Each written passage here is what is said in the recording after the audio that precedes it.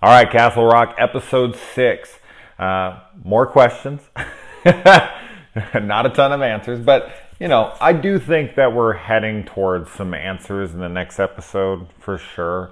But who knows with this show? That isn't a knock. That isn't a negative. I don't need everything answered right now. I'm definitely enjoying the hell out of myself with this. It's just fun to kind of theorize and guess, and hopefully that we are going to get some answers. And it's not just going to be completely left wide open. But anyways, let's get into the episode itself. So Nick is what I've been calling Bill Skarsgård's character, because I don't know what the hell else to call him. That's the only name they've really given him in the show. So I'm just going to stick with Nick. And he tells Alan that he needs to go and get Warden Lacey's car from this junkyard in Syracuse. And he tells him that Ruth's problem is time. Time is her enemy. And I think that that is our first clue of what's going on here.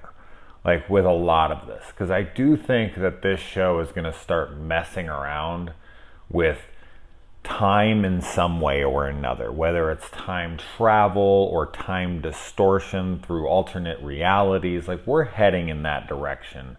And I think there's a lot of signs throughout this episode, and I think that's our first big one.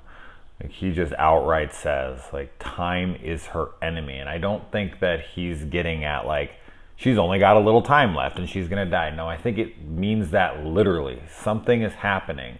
She is somehow, it's a possibility that she's actually being affected by time distortion, and that she doesn't have, or something along those lines.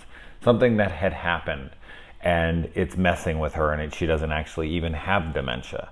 That she could actually be saved from this because she's being like torn apart by as I said, time distortion somewhere. And I think that's also going to play into explaining what happened to Henry when he was missing. But let's keep on track here. Now, Henry's son shows up, who is the kid that played Mike Hanlon in Stephen King's It. We got a lot of It references here. We've got Bill Skarsgård, who plays Pennywise, obviously. We got the kid here who plays Mike Hanlon.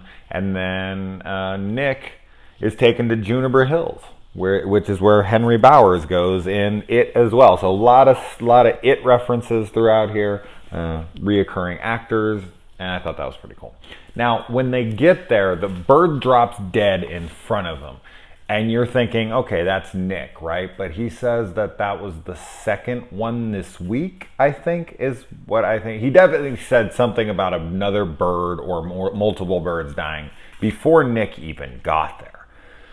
Then on the radio later on, they said like 6 people died in a fire and that 4 inmates escaped, not just one.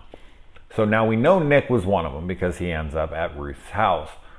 But we don't know who the other 3 are, and it's possible one of the 3 was one of the, it was responsible for what's going on there with the bird deaths and whatnot. So I think they're trying to make it look like this is Nick that's causing that, but it doesn't add up knowing that birds were dying before he ever got there. So what character that could be, I don't know. One thing I'm really kind of not digging right now is, throughout this season, one of my big gripes so far is that I love Jane Levy. Or Levy, I don't know how to say her name. And I just feel like she's not being used at all, especially since she's a descendant of the Torrance family. Like, we've got Molly, who has The Shining, but we have a character that's hanging out with her who is directly related to Jack Torrance and Danny Torrance. I just find that odd. Kind of a little bit. Like, I feel like it should be her connection, but it doesn't absolutely have to be. I just find like her character to be pretty much useless at this point. And she's such a great actress, and I just would like to see her do more. And as I said, if you're going to make her a character that's connected to one of the most popular Stephen King characters ever, and not having her do much, I don't know. It just seems very lackluster to me. Anyway. And So the son asks why, like what age she was adopted. And he asked him if it was 6. He said, no, it's 5. And he said, what was your real life parents like, this and that? And why didn't they try to have their own? And he says that they tried to have a baby, but it died during childbirth, during labor is what I think he said. That's going to play into this later on, somehow. And their acquisition of him is going to be something as well. Like, that is going to play into this somehow. However they acquired him, whatever happened to him as a kid, however they got him is gonna be a big thing as well. So them losing that baby and maybe needing to replace it, something's going on with that. It's not just there for no reason. It absolutely has its purpose. So many theories could be centered around that. They offered something up for him, or that's a reincarnation of their son through him, and that's why he has a connection to a multiverse, and that's why he can hear things. And it's so drowned out because he's hearing it all the time, because he's probably from that other dimension or alternate universe or timeline or whatever. There's so many different ways that could go. And I like that. I mean, we're so open to, theorize like this, which is fun. I mean, that's the fun of these things. It's for thinking people. And so now Molly confesses to him outright, saying that she killed his father, but that he did it through her, as she was like a conduit for his feelings, for his desires. When she looked down, she saw his hand kind of going through her. So, I don't know. Like, I don't know how to believe about that. I definitely think there's some validity to that. She's extremely empathetic to him. She has this connection with him heavily, and he has such a strong, loud voice in her head, so much she can't even think when he's around. If he wants something done so much, and she's such in a weakened state, she's such a young kid, she's so susceptible to him, I do think that he could control her, but I don't know exactly if that would be his intent, or just kind of like he was angry and did it unknowingly through her. Like, he fantasized about it, which made her do something through his mind. I don't know. Yeah, I don't know if it was like intentional, like, I want you to kill my father. I don't know if that's the way they would take that character. But that part was interesting. I didn't know if she was going to reveal it to him that she killed his father like that. But it was an interesting spin for her to say, like, no, like, even though I physically did it, you did it through me. That's one hell of a cop-out right there, people. That's how you get out of murder right there. No. I did it, but it was him who did it through me as a vessel. So we'll see how that pans out, but he thinks she's fucking crazy. And if anyone told me that, I would think they were fucking crazy too. But he's seen a lot of stuff at this point, so he has to at least be humoring it, because even with his conversation with Alan, he is not convinced, but he definitely believes he's possibly killed his dad. So he already has it in his mind that he did, and she's kind of confirming this, sort of. So yeah, could you imagine even trying to go through any of this shit? Your brain would be on fire. And then, so Alan is just like, get in this car no matter what, pulls a gun on some junkyard worker, tow truck driver guy, and he's like, I'm taking this fucking car. So he takes it. Then we get this scene with Willie and like Odin or whatever the hell, the deaf guy, and Rory Culkin's like the best signer, interpreter ever. This guy's just like, and Rory, the way how fast he talks and all the huge words, and I'm like, oh my god, these guys have spent a lot of time together, I guess.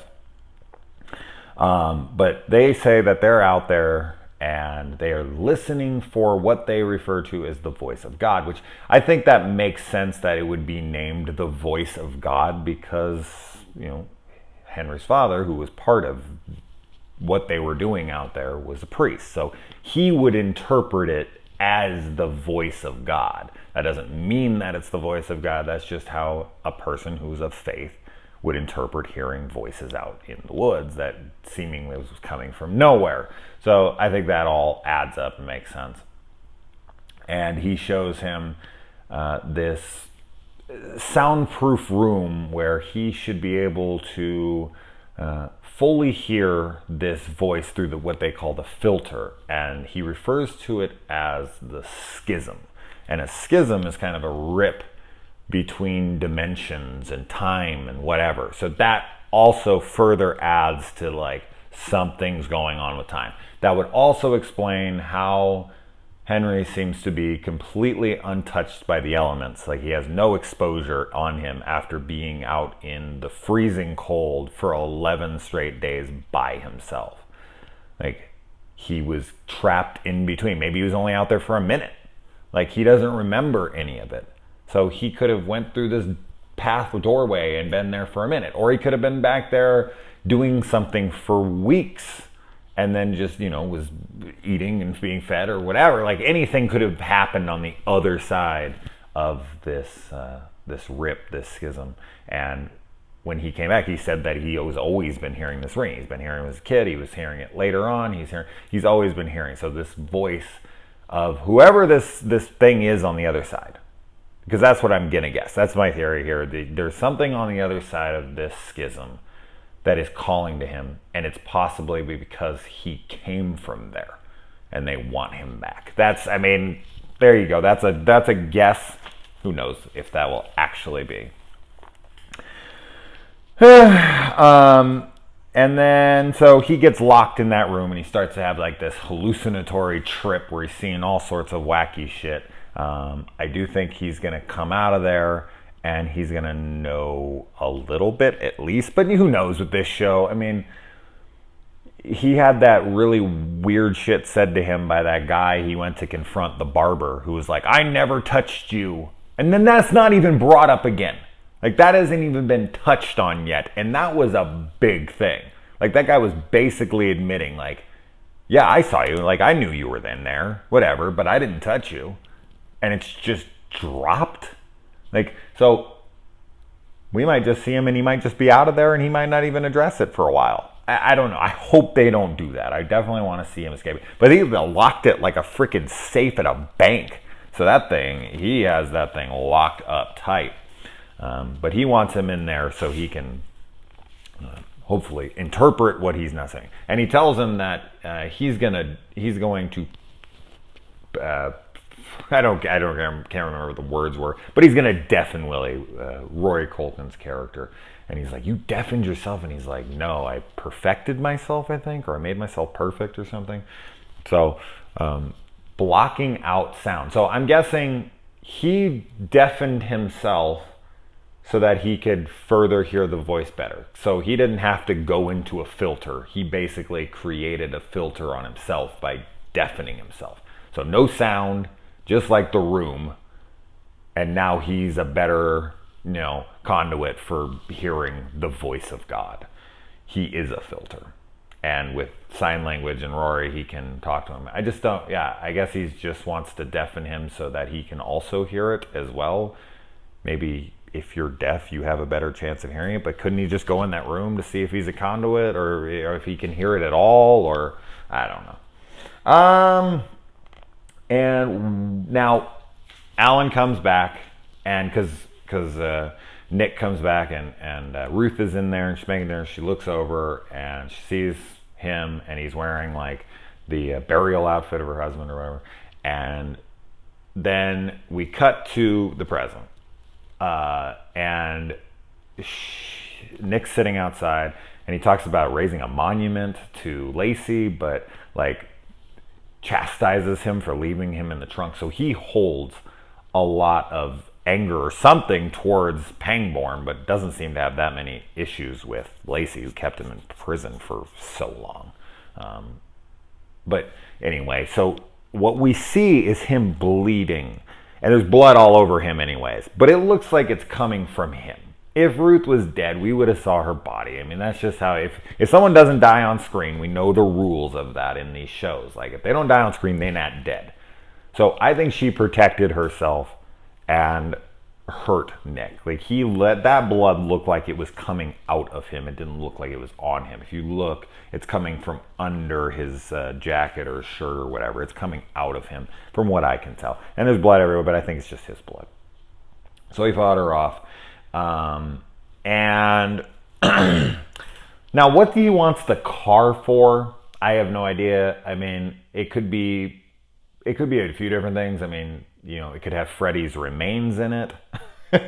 It could have, like, it could be as simple as he's pissed that Alan left him in the trunk, so he wants to put Alan in the trunk, like back in the trunk, and push him into the river or something. You know what I mean? It could be something simple like that. I don't think it is something simple like that. I think it's going to have some other big meaning to it.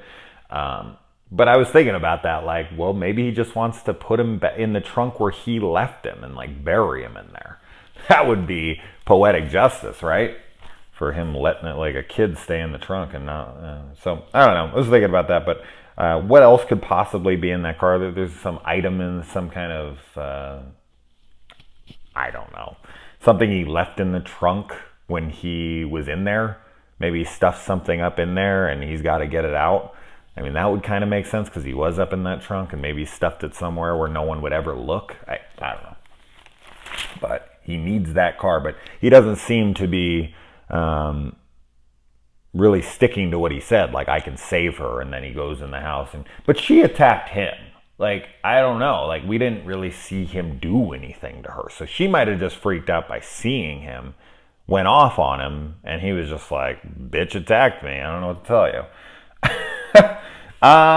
And yeah, I think that's about it for mostly what I wrote down here.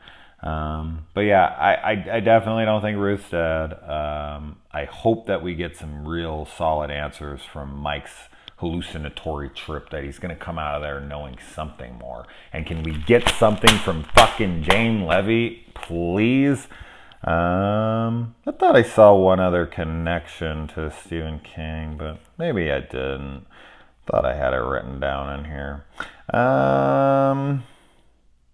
No, I think that's it. So, what do you guys think? I got tons of theories there. It's fun to theorize. I'll probably be wrong on every fucking one of them. I don't think I'm going to be wrong on all of them. I think I'll hit like one or two. But it'll be fun to see if I can nail any of these. But with Abrams attached and how wild Lost got, who knows? Although, I'm not a Lost hater. In fact, a lot of fucking people I know that are friends of mine, we all love to just break things down and get crazy with theories and whatnot. We loved Lost. It was a total trip. It was like fucking with your mind every week. And yeah, so this is fun. This is a fun one. I talked way longer than I expected, but hopefully that was somewhat insightful. Hopefully I pointed out some things that maybe you guys didn't think of or notice. I don't know. But regardless, tell me what you think about this episode. I know a lot of people are hating on it. I'm in a Stephen King group and people are like, what the fuck, man? I don't even understand why this show's getting such good ratings. It's so boring. It's like, then stop watching it. I don't know what to tell you. That's so silly to me. I'm enjoying it, so I keep watching it. If I wasn't, I wouldn't. But anyway, guys, yeah, I want to hear theories, man. Give them to me. All right.